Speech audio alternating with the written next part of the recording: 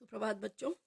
आज हम सुविधानंदन पंत छायावाद के आधार स्तंभ पंत जी की कविता को पढ़ने जा रहे हैं, जिसमें कवि ने नवीन विचारधारा का स्वागत किया है और पुरानी और मृत विचारधारा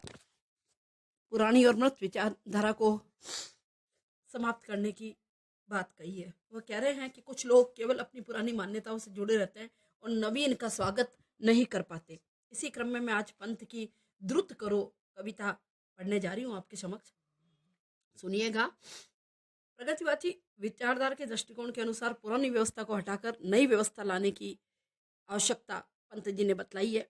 कवि कहता है कि द्रुत करो प्राचीन व्यवस्था के समर्थकों से कहता है कि अब इस समाज रूपी वट वृक्ष के जीर्ण शीर्ण सूखे पत्ते के समान प्रतीत होते हैं। यानी जैसे कोई पेड़ में सूखे पत्ते आते हैं और पतझड़ के आते ही वो चले जाते हैं, उस पर नई खपोलें खिलती है, उसी तरह से पंत जी का कहना है कि समाज भी पुरानी मृत मान्यताओं से जकड़ा हुआ है। वहाँ नई कपोलों का हमें स्वागत करना चाहिए, यानी कि आधुनिक नई विचारधाराओं का हमें स्वागत करना चाहिए।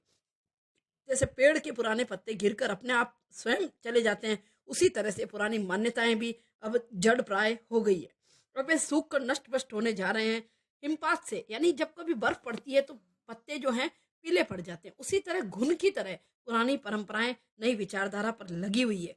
उसमें अंधविश्वास फैले हुए हैं और यह अंधविश्वास इतने पुराने हो गए हैं कि इतने घुन की तरह लग गए हैं समाज में कि वो नवीन विचारधाराओं को अपने तरफ आने ही नहीं देते। कवि कहता है द्रुत जरो जगत के जीर्ण पद। ये जगत के जीर्ण पद का मतलब है ये पुराने पत्तों तुम अब झर जाओ। हे स्वस्थ ध्वस्त, हे शुष्क शीर्ण। शुष्क यानी अब तुम्हारे में जो जीवन है वो निष्प्राण जैसा हो गया है। अब तुम्हारी अवस्था आ गई है कि ये पुराने खोखले जो नियम है वो समाप्त कर डालो।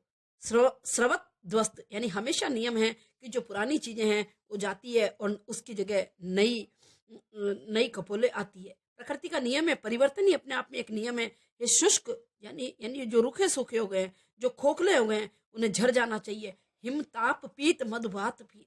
मधुवात का मतलब है जो बसंत में पत्ते आते हैं नए, हिमताप जो बर्फ की झकोरों से उसके ताप से पत्ते पीले पड़ गए हैं और वो गिर गए हैं, उसके एवज में, उसके बदले में जो बसंत ऋतु के नए भीत आते हैं, नए पत्ते आते हैं, तुम वितराग जड़ पुराचीन। कवि कह रहा है ये पुराने पत्तों, ये पुराने नियम, उन्होंने मानवीकरण करते हुए कहा है ये समाज के पुराने नियम तुम वितराग जड़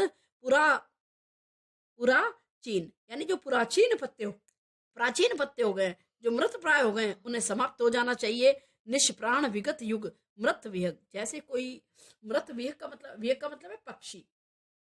जैसे पक्षी मर जाता है, वो नीचे गिर करके अपना जीवन समाप्त कर लेता है। निष्प्राण विगत युग, उसी तरह से ये युग, ये समय बीत चुका है। जग नीड़ शब्द और श्वासहीन। और वो जैसे पुराना मरा हुआ पक्षी इस संसार के घोंसले से निष्प्राप हो जाता है और श्वासहीन, उसकी श्वासें खो जाती है, उसी तरह से इन पुरानी मान्यताओं की, अंधविश्वासों की श्वासें खो चुकी है। अब समाज में नई कपोलों का स्वागत होना चाहिए। च्युत अस्त व्यस्त पंखों से तुम, अब तुम्हारे जो पंख थे, पक्षी से तुलना की है समाज की। कवि कहता है कि जिस तरह से जैसे ही पक्षी मृत होता है उसके पंख भी खोखले हो जाते हैं, नीचे आके गिर जाते हैं, च्युत यानी ध्वस्त हो जाते हैं। अस्त व्यस्त पंखों से तुम झरझर अनंत में हो विलीन। सारे पंख उसके इधर उधर गिर जाते हैं। उसी तरीके से अंधविश्वास और पुरानी मान्यताएं जर्जर अवस्था में हो गई है। अब उसकी जगह नई विचारधारा, नवीन कपोले खिलनी चाहिए।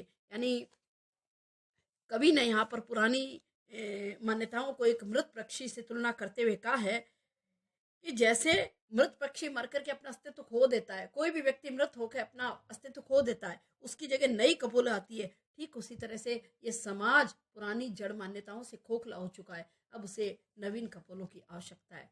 यानी कवि की जो मानवतावादी दृष्टि है उसने पुराचीन को समाप्त होने की और उसकी जगह नवीन विचारधारा के उन्मेष होने की बात कही है। धन्यवाद। सुप्रभात बच्चों।